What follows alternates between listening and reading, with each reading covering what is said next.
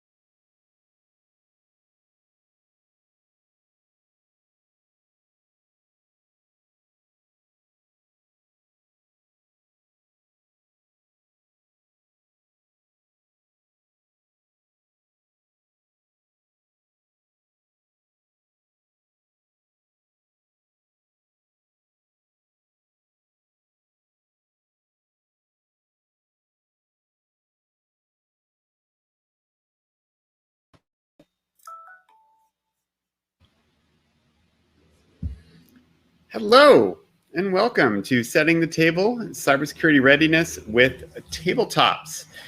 Just in case folks have any difficulties reaching the collaborative notes, we put in a nice little short bit.ly link for you there. So it's bit.ly ntc21-tabletop.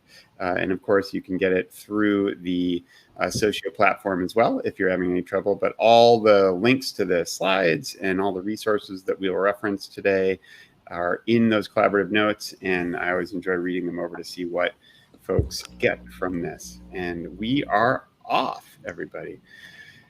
All right, so my name is Joshua Peskay. I'm Virtual Chief Information Officer, Cybersecurity at RoundTable Technology. And because both of my colleagues here today have kind of, day jobs and evening activities, I felt I had to add my own, but unfortunately, all I do at night is sleep. I don't do anything more interesting than that. But I will let Ken go first, and then Destiny. Ken, why don't you introduce yourself?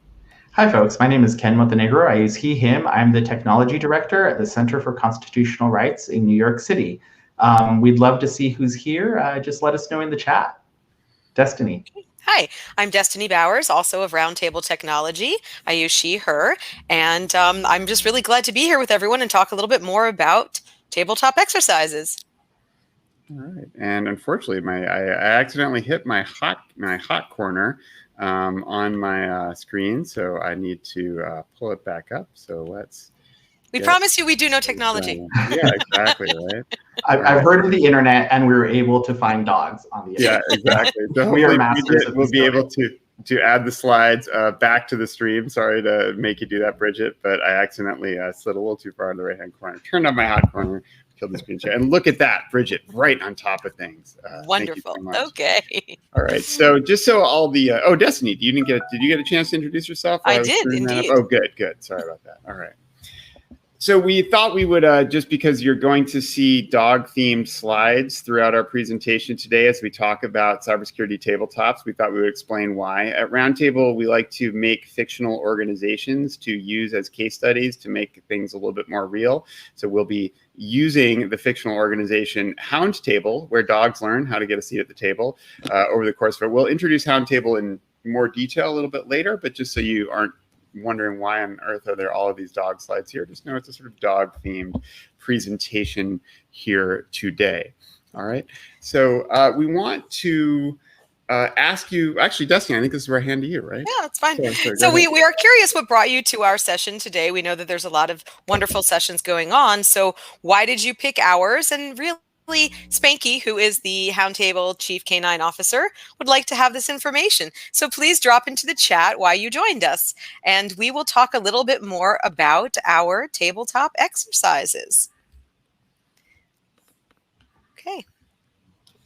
Okay, so why we're here, what is a tabletop exercise? So really, these are discussion-based sessions where team members meet in an informal setting to go over roles and responsibilities and processes that one would need to follow during an emergency. And each exercise is going to target particular responses to specific emergency situations. So it's really an effective way to understand the impact of different types of threats that you might have for an organization and that you might have for your constituency, and then give you these clear steps to help reduce and mitigate not only the likelihood of events, but also what to do should an event occur.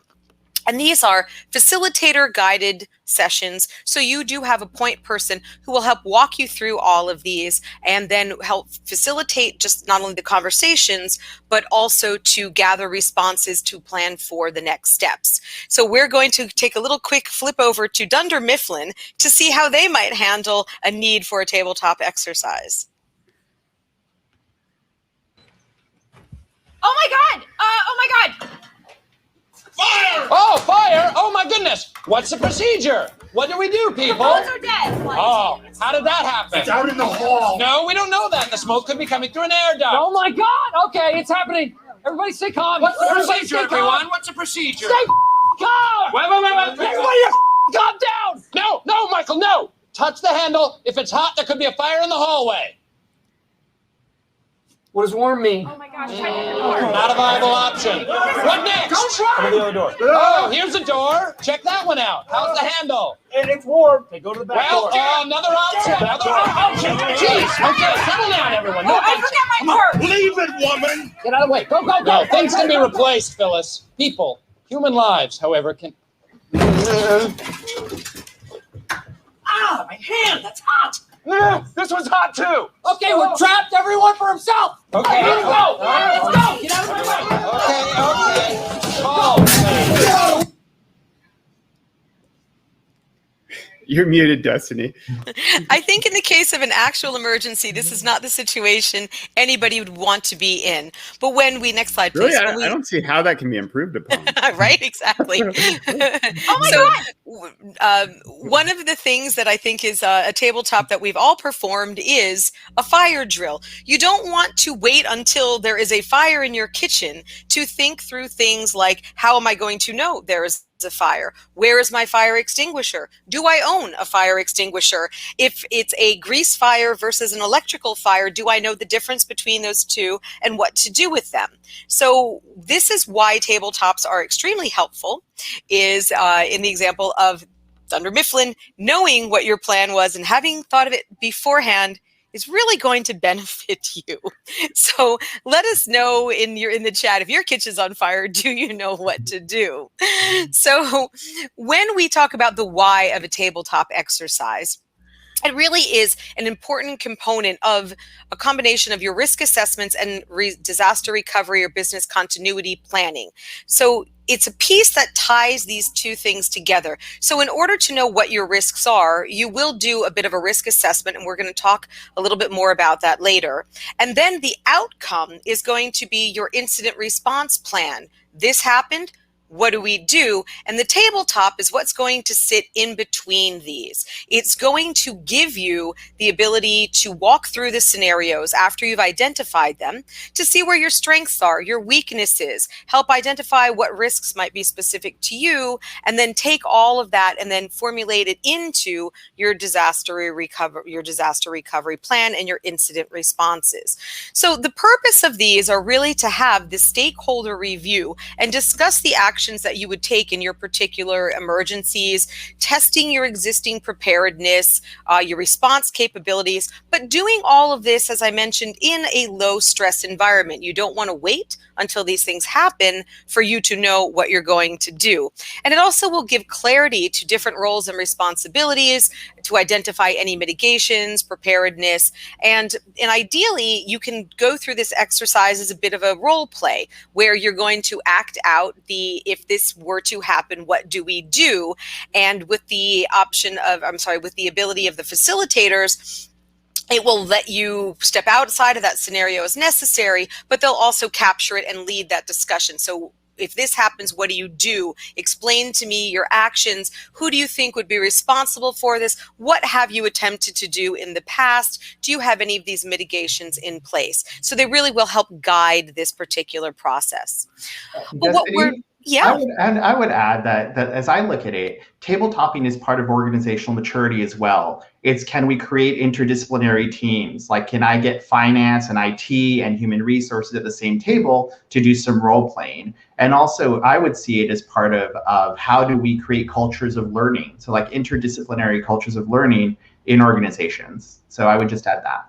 Yeah, fantastic. Thank you.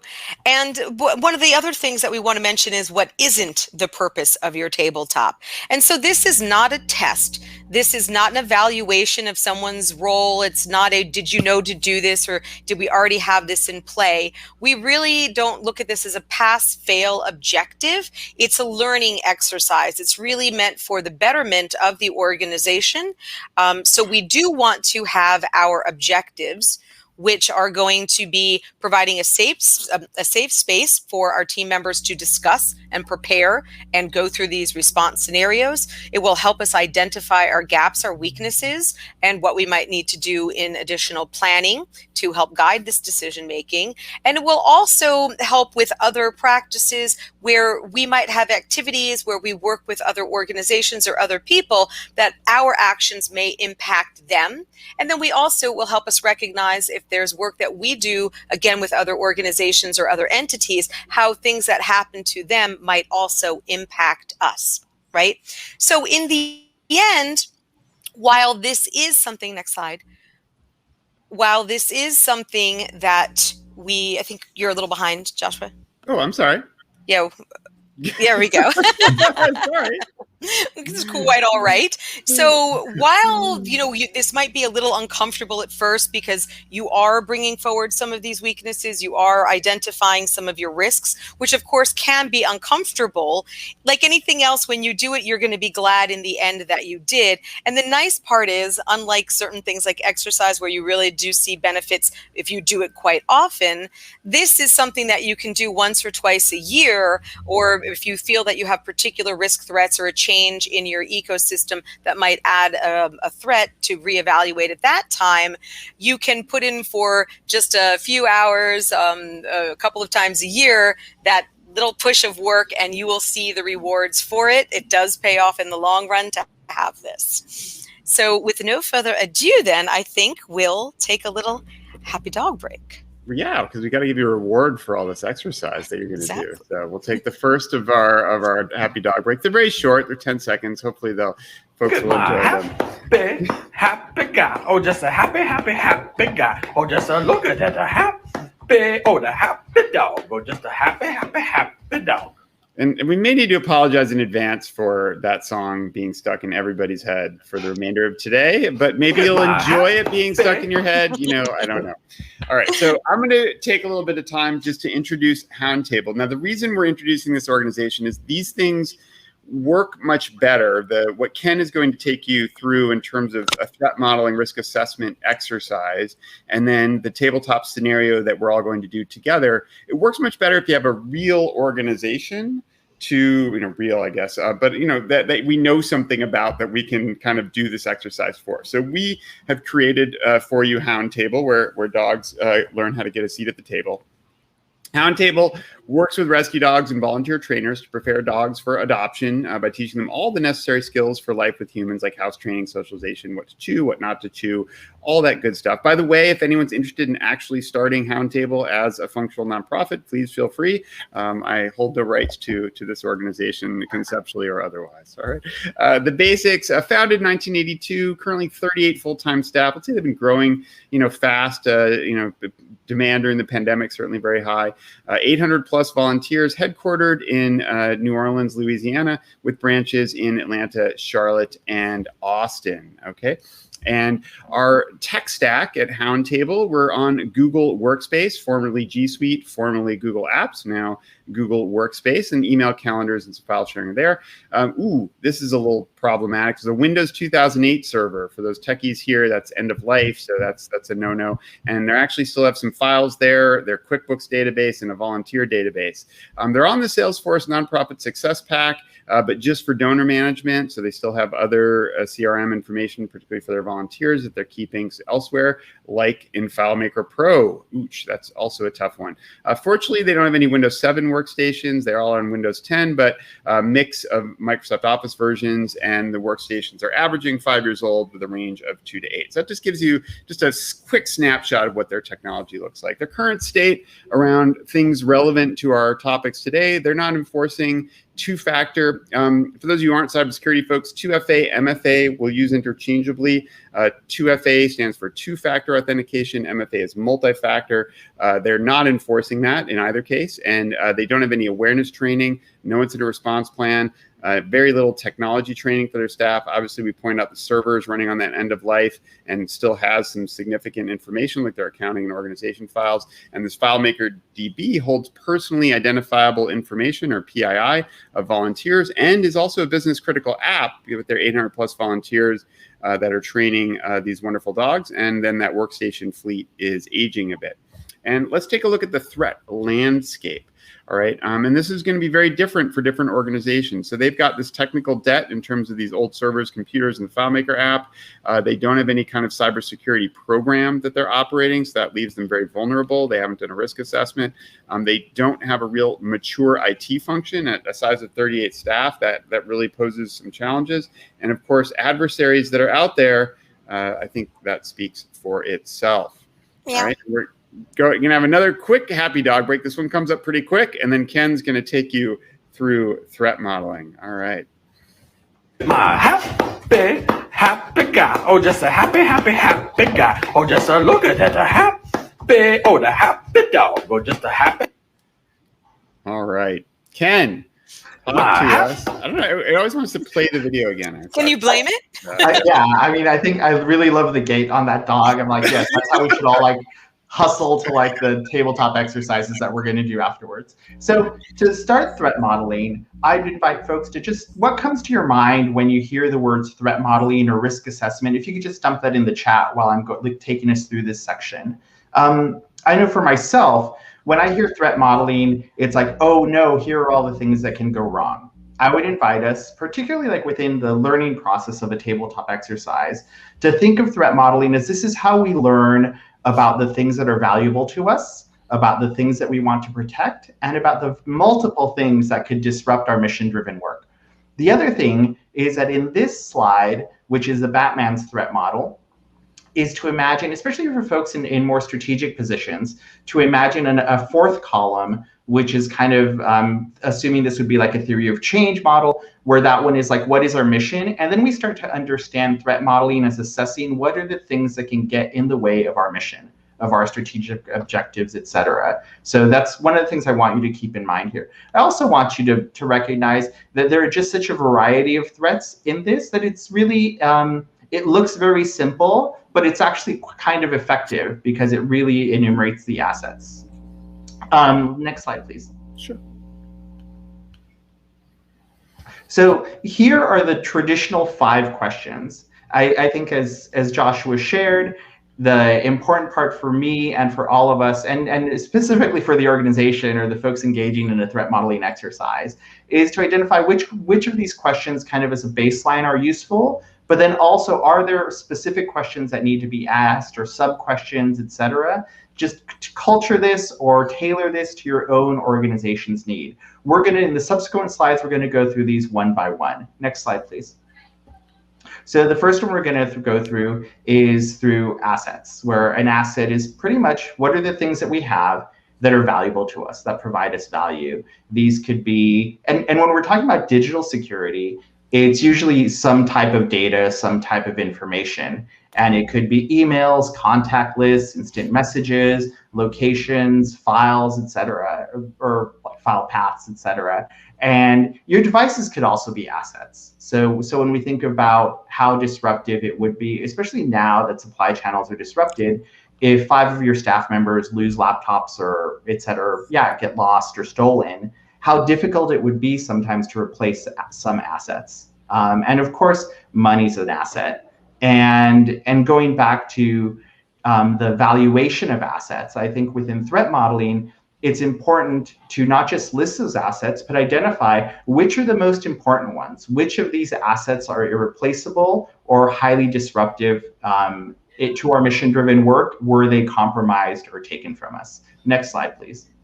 Well, I also just want to point out, just in the chat, Ken, people have listed some in talking about why they're here today, concerns around phishing, and phishing can get you access to lots of different assets in an organization, but email accounts and business email compromise, which typically go after money, is a big one. People talking about websites, people talking about their servers, people talking about the information of their personnel. So all those are kind of assets that people are identifying in the chat that they want to protect from their organizations. And folks can continue to enter those in if you find them important.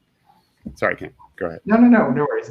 So cool. And so the question, and thanks for that's actually a nice bridge to this slide, Joshua, because then the question becomes, once we have enumerated or we have a list or inventory of our assets, we can start to drill down and identify who wants to get at these assets. And sometimes it's going to be someone who is a traditional adversary, like let's say racists, anti-migrant folks, or people who are competing with us, whether it's like on a policy perspective or in any other type of space.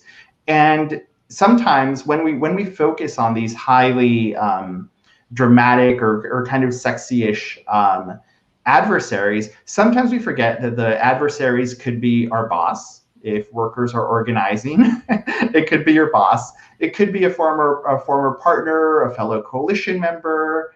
It could be your government. But it could also be a staff person. So thinking, how do we create these tiers of protection based on probability, but also on a firm understanding of what are the things that we want to protect. And I wouldn't discount that. I think there's a baseline threat to everybody where, anybody who has an asset, which are certain sets of credentials that will allow people to just leverage your email to phish other folks, a bank account, anything like that. And, there are a lot of things that you'll see in the news that are really interesting, and that brings things to the forefront for particular scenarios. But there is a baseline threat that I think every organization is going to have sheerly by existing.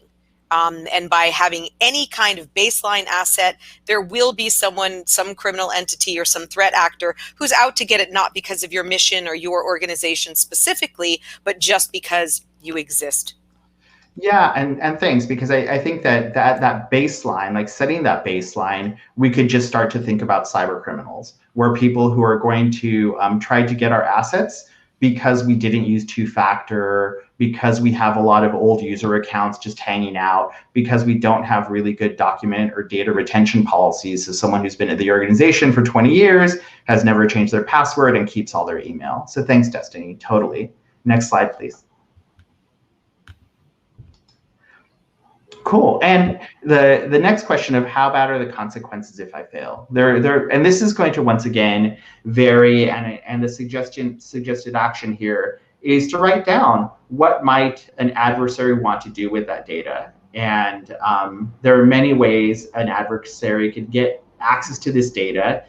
Later on, we'll kind of go through some of that. But I think for me, the motive, as Destiny helped share, the motivations of these adversaries are going to differ widely as their tactics. a government trying to prevent the spread of a video or to stop people from mobilizing is going to engage in very different actions than someone who just bombards you with phishing emails, or than someone who is actually trying to study your infrastructure and identify what are the weaknesses, what are the holes, what version is your website running, etc. So they're going to be different. And also, I think security planning, it's important to remember that within the planning, we have to understand how bad the consequences could be when an adversary succeeds, because that helps us understand how many resources, if we have them, we put towards protecting each asset, but also how do we do responsible notification? So I think this year we had a very bad example of that with Blackbaud, where Blackbaud's breach was just like a whole mess of like, wait, were we exposed? Were we not exposed? I'm not sure. I don't understand from these emails. So once again, how do we get that type of understanding? And how do we make sure that we understand the consequences are just radically different if someone compromises one of our email accounts versus if someone, let's say, is able to just jump on our Wi-Fi network, but we're actually using zero trust, and that doesn't really matter if someone's on the same network. Next slide, please. Cool. So, and then the likelihood of protection is once again one of those things that's really based on a real understanding of where someone may not want to get at my legal documents, at pleadings, at research memos, etc., because they actually want to get to strategy documents, because they would rather get into who is funding this work, etc. So that likelihood is really based on a firm understanding of the previous questions. And I think that it's important to take these questions in some sort of order. Maybe this suggested order would be a good one, because they do build upon each other as they are answered or responded to. And it's important to distinguish what might happen and the probability it might happen, because I think of, like, let's say colleagues, comrades in the Bay Area, where in their risk or in their threat modeling, something like an earthquake would be substantially more probable than, let us say, something like a tornado. I mean, they're not totally mutually exclusive, but just in things that might happen. And just similarly, where if you are confronting the state in particular ways, the risk you're going to encumber or need to calculate on is going to be very different than, like, let's say if you're a traditional direct services organization that isn't providing kind of this, I feel, a challenge to state power. And assessing risk is both personal and a subjective process. Some people find certain threats unacceptable, no matter the likelihood of, like, will this happen? We don't know. But they'll say, but it's totally unacceptable. And other times, people will disregard the risk because they don't view the threat as a problem. And a good example of that is, let's say, when people are creating a responsive plan, an incident response plan, or a business continuity plan, or a disaster recovery plan, I would encourage, especially as thinking about what happened in this country in the United States over the summer, where there's a resurgence in Black liberation movements, of just thinking as an organization, how do we partner with law enforcement, or do we even partner with law enforcement in the event of a cybersecurity event, in the event of a cybersecurity incident, and thinking how those are organizational decisions that hopefully are not just left in the hands of IT. Next slide, please. Well, actually, I'm gonna hold up a little bit, Ken. I just want to kind of underscore as someone. So I do this kind of assessment work a lot with a lot of different kinds of organizations, and I just like to underscore that this is not something that human beings naturally do well. Assessing risk accurately is extremely difficult for human brains to do well, because we are subject to all kinds of different biases that make it difficult for us to accurately assess not only the likelihood of a risk, but how significantly that risk may or may not impact us. And so availability heuristic is just one. If for folks who are aware of that, it's just, I read it in the paper today. So I read about SolarWinds and, all these people getting hacked. So now I'm worried that's going to happen to me, which may be true. but you're probably much, much, much more likely to be the victim of a simple business email compromise where someone scams your new administrative assistant into purchasing and sending $1,500 in gift cards. Like, you're not reading about those in the news every day, but that's arguably much more likely than some of these other things you're worrying about. And a lot of I was going to say a lot of it is also sometimes a question of perspective, that when you're going through these scenarios and when you're doing the tabletops, I think it's important to have multiple voices in the room, where you don't want to look at just the IT department or just at the leadership team, because everybody in the organization is susceptible to these. So what your front desk workers might have, your interns, your volunteers, they are all a part of your organization, and they're all something that needs to be protected, and they have a different perspective on what they feel the risk is in the ways that they interact than someone who's specific to let's say a higher level interaction might look at things, and they're not necessarily going to focus on things that are not in their purview. So to have representation across the board is helpful to get a large picture of what these different things might be and how you want to protect them, or if you do need to protect them. Yeah, thanks so much for that, Destiny, because it goes back to like when you're talking about the purpose of a tabletop not being like a test, not pass fail, etc., but really a learning and a growth opportunity. It really underscores the need for diverse and interdisciplinary teams at a table for these things to be successful. Totally. Next slide. And thanks for letting us interrupt you so much, Ken. Oh, no, I love it. Y'all are pals, so it's all good. So just really briefly, so this is from the Engine Room that does a lot of really good research and data collection and analysis, and they work with a lot of NGOs globally. I think the part to highlight here is the bullet points that are at the bottom, and hopefully they're legible to all of you, where their most recent research has identified that things like account takeovers, phishing and spear phishing attacks, website hacking attempts or attacks, distributed denial of services, like to make websites inaccessible, attacks, and malware-related incidents are the things that are more likely in the NGO or in the nonprofit, or as some people call it, I don't like the term, but the civil society sector. I'm like all for uncivil society. I would say that what I think my reflection on the attacks report outcomes, or the bulleted items, are that these are things that we are largely familiar with in the nonprofit tech security space. That none of these attacks are like earth-shattering, like, oh my goodness, we've seen a lot of 0 days targeting social change or NGOs or nonprofits. I think for me, that is like one of the, it's good because this to me, it validates that we have the tools, we have the practices, there are good models for us to follow in mitigating these types of threats. And so now the question is, how do we do it? And then that takes us immediately back to the purpose of a tabletop. Next slide, please.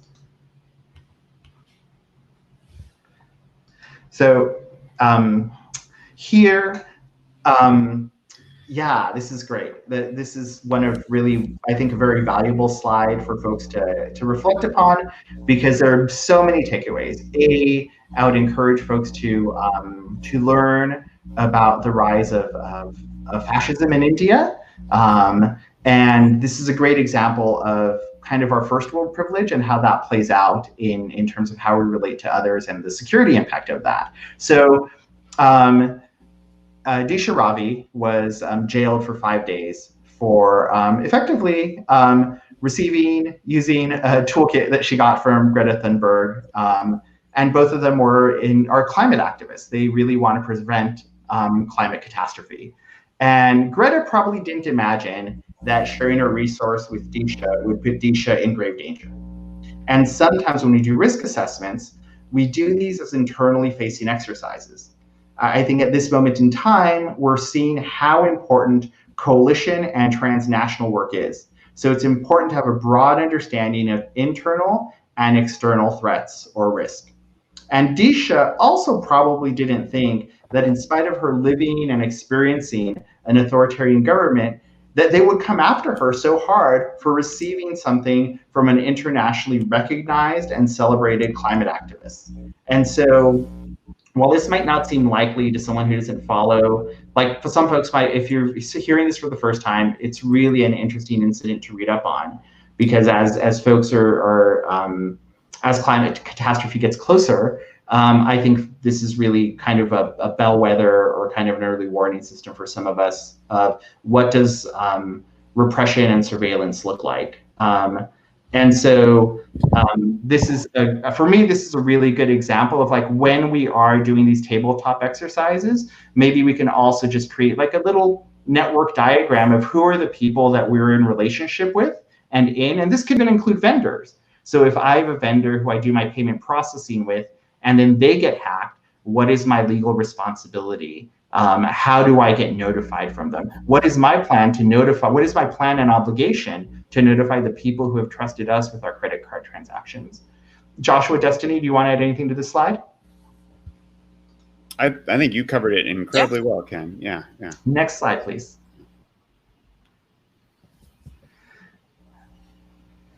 I don't know. This slide makes me sad because A, shouldn't use biometrics, bad security, but still a good dog. Still a good dog. So I think that slide also, when we're doing these threat assessments or risk modeling, for me it's important to see how much effort are we willing to put to prevent the potential consequences. So I used to use this framing that I call practical security.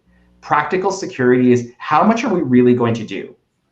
Are we going to go like with key-based encryption at one end to protect our assets? Or are we just going to be like, all right, that's too much trouble. A password is good enough. And what does that continuum look like?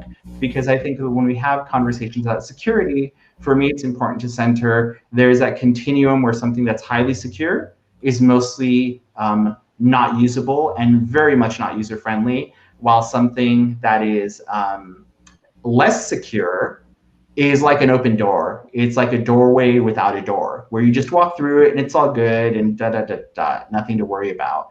And there's no perfect option because we have so many variables, both in type of the resources that we have, the type of work that we do. Not everyone will have the same priorities, concerns, or access to resources, because sometimes security really reflects the outside world where security products are sometimes important. And so, yeah, I think that's what I'm going to say about that. I would want to add one thing, which is that, like anything else, these do bear revisiting on occasion. So as threat landscapes change, as technology changes, something that initially you may have reviewed and said, we are willing to go to this benchmark to secure it, this is the amount of effort we're willing to put into it, doesn't mean that 6 months later or a year later, new threats or new things might have changed within your organization, within the tools that you use, that you don't want to forget about and reevaluate. Now that X is different, do we need to reevaluate Y and how we're going to protect that, or are we still okay with where we were before? Landscapes always change, and to bear that in mind when you're doing your assessments, when you're doing tabletops, and any other kind of review is a good thing to just keep in the back of the mental closet. Cool. Next slide. So we get another happy dog break, and then we're not going to delay anymore. We're going to take you right into the tabletop as we promised. All right, so quick happy dog break. Happy guy. Oh, just a happy guy. Oh, just a look at that, the happy dog. Oh, just a happy. Oh, our happy dog. All right, so everybody has came here for a tabletop, and we're just a little past the halfway mark of our session. We're going to dive right into it. Ken and Destiny are sort of getting warmed up as they're going to adopt their roles for our exercise. And I just want to introduce this has nothing to do with tabletops, but this I Do Art is a tool I picked up from something called Hyper Island, which is in your collaborative notes, the links there, and also at the end of the slides. And it's just a nice way of when you're doing something like a tabletop exercise or different kinds of meetings or exercises that I'll have with organizations where I'm bringing in a bunch of executive stakeholders and people across the organization, and they're kind of like, what is this? I find it's very helpful to very clearly use this I Do Art lets you very clearly state to everybody, hey, this is what we're doing. This is why we're doing it. This is my job. This is your job. Here's how long it's going to take. Here's some guidelines for how we should all behave. And so here's a sample for a tabletop exercise of an I do art. And it's just a helpful thing that I find. So we've introduced RoundTable, our organization, and told you a little bit about them. Ken's talked to you about threat modeling. The reason that threat modeling is really important is we need to, in order to design scenarios for our tabletops or select scenarios from existing ones that are out there, we want to understand the kinds of things that we're worried about. And tabletop's something that is as specific to our organization and the things that we're worried about as we can. So it's as applicable as possible to our situation. And so with that, we are going to have Destiny read our tabletop for us and then immediately take on the role of Fluffy, the accountant for RoundTable. Ken is going to take on the role of Rex, who is kind of the accidental, techie, not really a full IT manager, but the accidental techie for RoundTable, and I will be your facilitator. And we're gonna read this and then get going. Go ahead, Destiny. Great, wonderful. So our tabletop today is going to be the confounded kibble counter, and the scenario that we're outlaying for our role play tabletop that we're going to do is that RoundTable's accountant Fluffy has reported strange behavior on their email account to the office manager Rex. Specifically, emails that people insist have been sent do not appear in the inbox. And after some investigation, Rex discovers that Fluffy's email account has indeed been compromised. And in further discussions, identified that this strange behavior began several weeks ago after being asked via an email, a phishing email, to confirm the Google account information for her RoundTable account. And as Rex continues to investigate, then discovers that the attacker has set up forwarding of all of Fluffy's email to the attacker's account and has been sending emails out as Fluffy to other employees, to contacts in Fluffy's address book, as well as vendors. Right. And I would say this is a very common type of risk that almost every organization who has email or any kind of account might be subject to. $1.8 billion with a B dollars in business email compromise last year in 2020. That's how much money was lost or made, depending on which side of the equation you're on. Not a kibble. In business email compromise. So I'm going to turn off the screen share in a moment, but just this is what I'll be sort of looking at behind the scenes as the facilitator. And I should mention that we have a link to our ebook, our free ebook, which has 20 different scenarios in it. Facilitator's guide, all that stuff. But these are the sort of questions. I'm not going to ask every single one of these, but this is sort of what I'm using as a facilitator to guide myself. And with that, I'm going to stop the screen share here, and our images will get better. And I'm going to just turn to Fluffy and say, Fluffy, when you discovered that this problem was happening with your email account, what was your first response? Well, I'll be honest. I was new to the Google environment. I was a former Outlook user, and I had been playing around with some rules and filters and different setups and everything. I didn't really receive much technical training, so I tried to figure some stuff out on my own.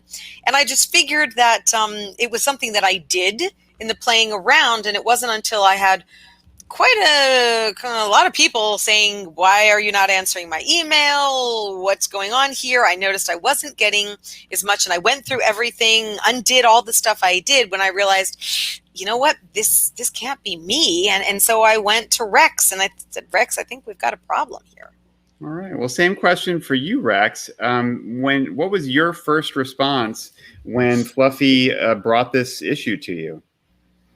I was really concerned, because I've heard of these things happening, but unfortunately I had to go out and buy toner that day. So I wasn't able to look at her account for like a couple of days. Okay. And then because Fluffy had set up so many different forwarding rules and filters, I was thoroughly confused. So I actually had to ask a friend to help me start to unravel the knots behind that. So it did take a couple of days because I just had too much to do.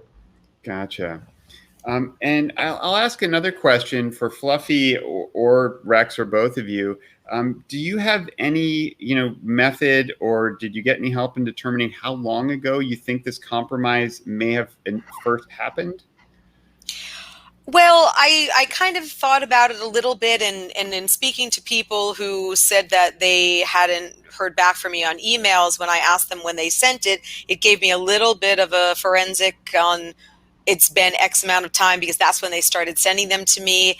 And then when I looked back through my email history and just some notes I take on my daily activities, I do remember that I got an email asking me to re-verify my Gmail information because my account was going to expire or something like that. And I suppose, now that I think about it, I probably should have brought that to someone's attention to make sure it was legitimate, because I know that there's phishing emails, but I don't really know how to tell if something's real or not. And I was busy, didn't want, my account to get closed down, so I did it.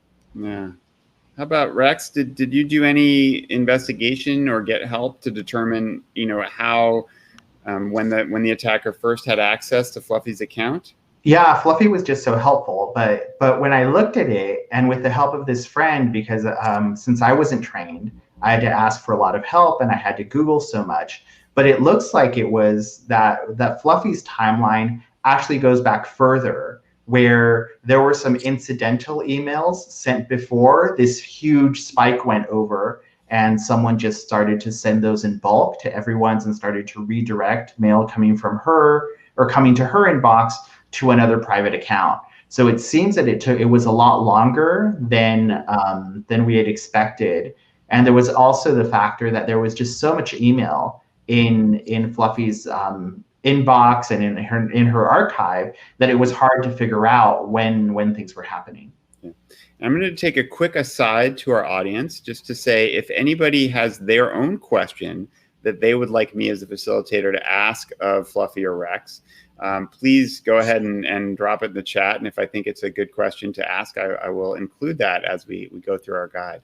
So when we think about Rex and Fluffy, the information that is accessible via Fluffy's Google Workspace account, do you know if there is sensitive information or information about your volunteers or your donors or your employees that might include, social security numbers or email addresses or, credit card numbers?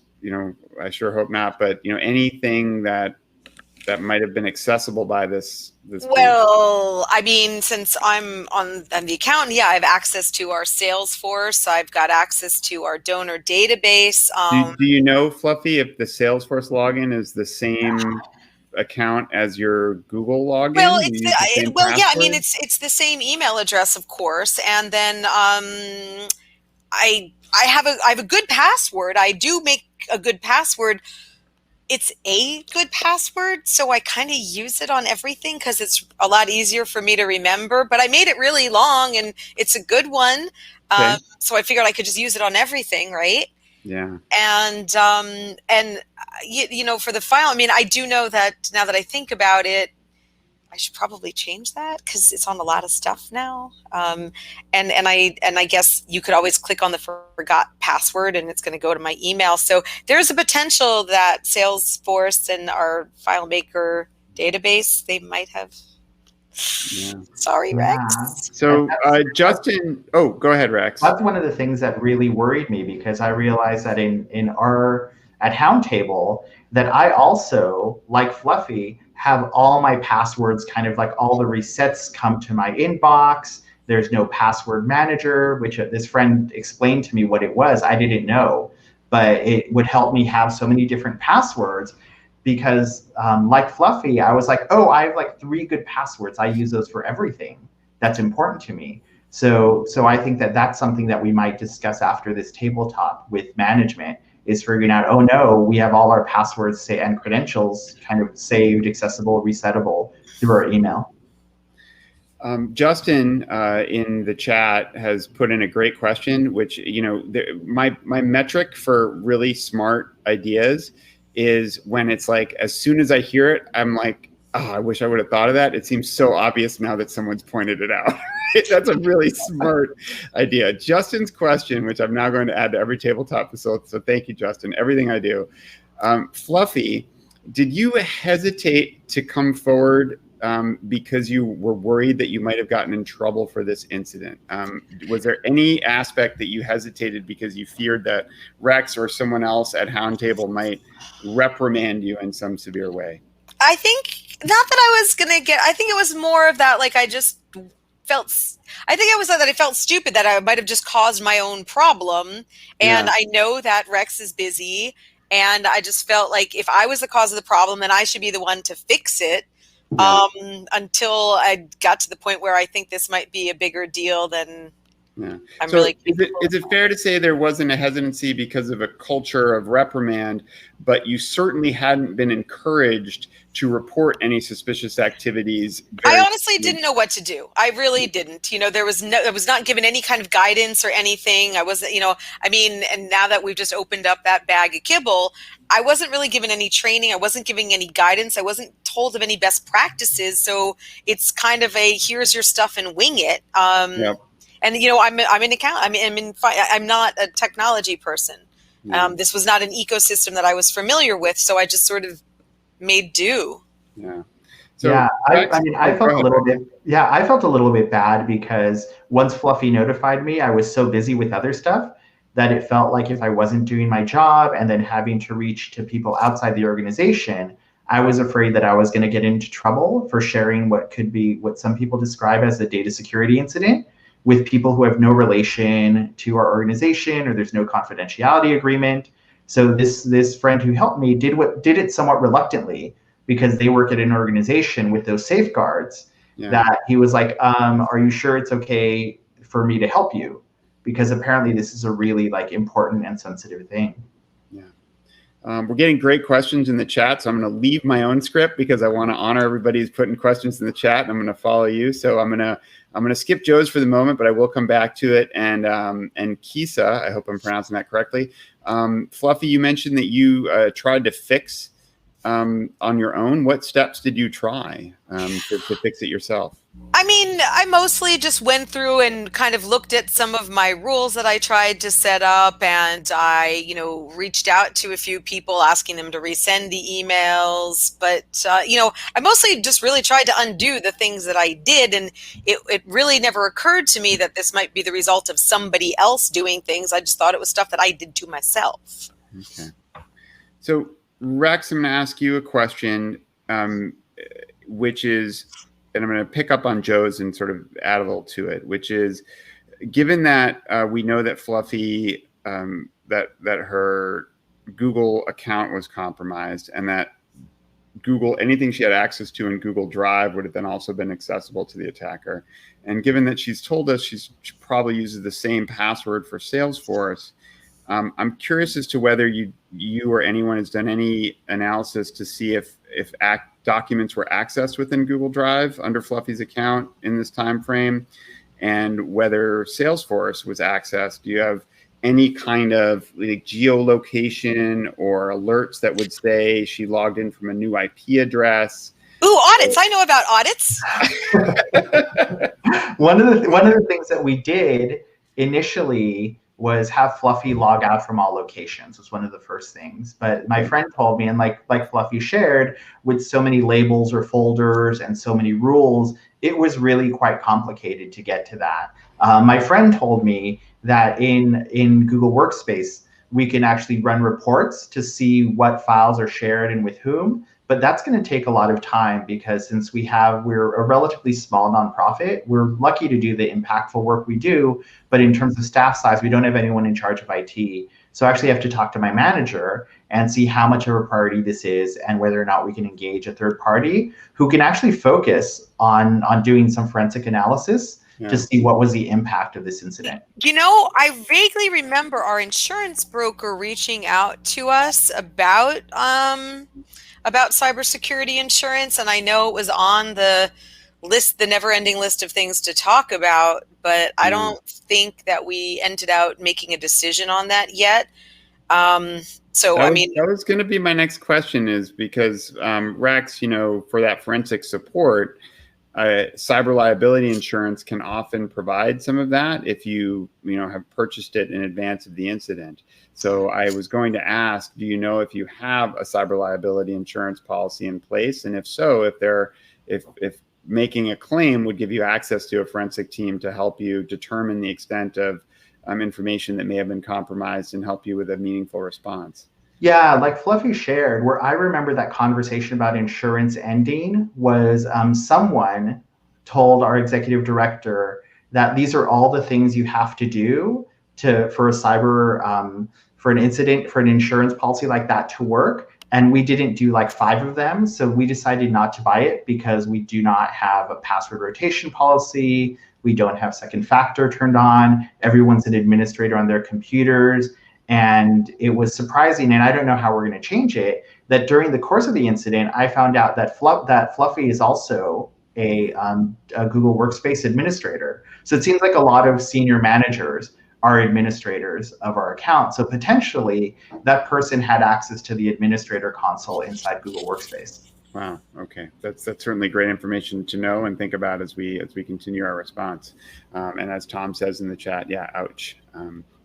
Although I'll point out that, and I want to step out of the role play just for a second to point out Ken and Destiny are just doing a phenomenal job of, I think, role playing this in both a fun but also serious and respectful way in terms of real smart people who work for organizations but just don't have the training and the technology. And say that when I do this as a facilitator, I'm being very careful not to have the, oh God, no, that's horrible response when I hear certain things. Or, I will certainly say there's something we identify that we can probably take action on pretty quickly to try to get our heads. But I'm very careful not to, go in with a chastising mindset and have responses like, oh, that really hurts, because it's not helpful to people, in that scenario to help them really proactively take these things. When you're a bad dog. Yeah, exactly. All right. So we've got just a couple more minutes. We'll take, I'm going to go to Rachel's question, because that was also on my list in a different form, which is, Fluffy and Rex, the information, people could have been emailing your vendors, people could have been emailing your volunteers. Do you have a sense of who you need to reach out to, of whether any of your vendors may have been, sent money thinking that they were sending it to you, but giving it to someone else, that any of your volunteers' information may have been compromised, or warning anybody that they might receive phishing emails from these attackers because they have some of their information? Or do you have any plan to reach out to any of these constituents to let them know? Do you have any kind of incident response plan that includes communication templates about what you would say? Do you have any thoughts about that? I think at this point we would probably want to run this by a larger internal team and then see if we can get any kind of pro bono advice from either public relations or from an attorney perhaps, because while we want to do right by people who work with us and our donors, we also, I think at this point, need to be a little mindful of what we might be disclosing, and is it going to be more problematic or beneficial, and we don't know enough about it to know what the normal practices are and where we might have any kind of liability due to this. So I think that trying to figure out a way to do some of that forensic information, to do some of those audits, to find out, as was brought up, did somebody access our Google Drive? Were accounts made? Were, our bank accounts or anything like that? So we would probably do that. And then we would need to, have some sort of, I think, internal discussions about what's going to happen. That's my takeaway. We don't have anything, and I think it's something that will require a larger discussion. Yeah, and one of the things that worries me is that inside our FileMaker Pro keeps logs of access for a week. I think it's because how it's set up, there are these things called logs that record activity, and so it was apparently set up like to not use a lot of disk space, and so we only have information for a week, so we don't really know, we might not ever know what the impact was on our volunteer database, and that's been brought up, and I don't know whether or not we're going to fix it. There needs to be another conversation about what what remediation, what steps come out of this incident. And I think I'm going to play time cop here. So I do think that we need to move and I'm gonna into our no cops, time facilitator. No cops. All right. And I just want to acknowledge that a couple of folks have said, we mentioned this like an hour exercise. The ebook says, do this, an hour once a year, once every 6 months. And some people are saying this could be a full day, half day. Our ebook and this workshop is kind of aimed at like the organizations under 100 staff, typically without a full IT department, maybe one IT manager or something like that. If you're a larger organization with an entire IT team, and 500 or 1,000 employees and up, by all means, this is a more robust exercise that you may spend an entire day on a couple times a year. We're modeling it for folks that don't necessarily have that resource. We do need to. I think we are very short on time now. Absolutely, yep. So I'm going to share my screen again, and here we go. And I do think you could say each exercise could be 1 hour, not just the whole concept. Absolutely, yeah. And just to show you what I've been doing sort of in the background here is, and this is just a very simple, as a facilitator, capturing different takeaways of steps that can be taken both to be better prepared for an incident like this so that RoundTable could have an improved response to this scenario were it to happen in the future, and also steps that RoundTable could take to prevent it from happening and or reduce the severity that they would experience if it did happen in some form. So all of those are meaningful takeaways that you're going to want to be capturing over the course of your tabletop. So you're definitely gonna have one or more people in that role of making sure you're capturing what are the takeaways and lessons learned. And with that, we definitely are at time. Thank you so much to Ken and to Destiny for their terrific job in the role play. I don't know if we just lost Destiny's camera, if we lost Destiny entirely, but and thank you so much for all of your great comments in the chat and questions. Really good questions, really good comments throughout. So thank you so much, everybody. Yeah. And do we have can we flash through the rest of our slides really quickly if we have 1 minute? We absolutely can. Yeah. Okay. So things you could do. We do have a little list here of sort of basic kind of things you could do.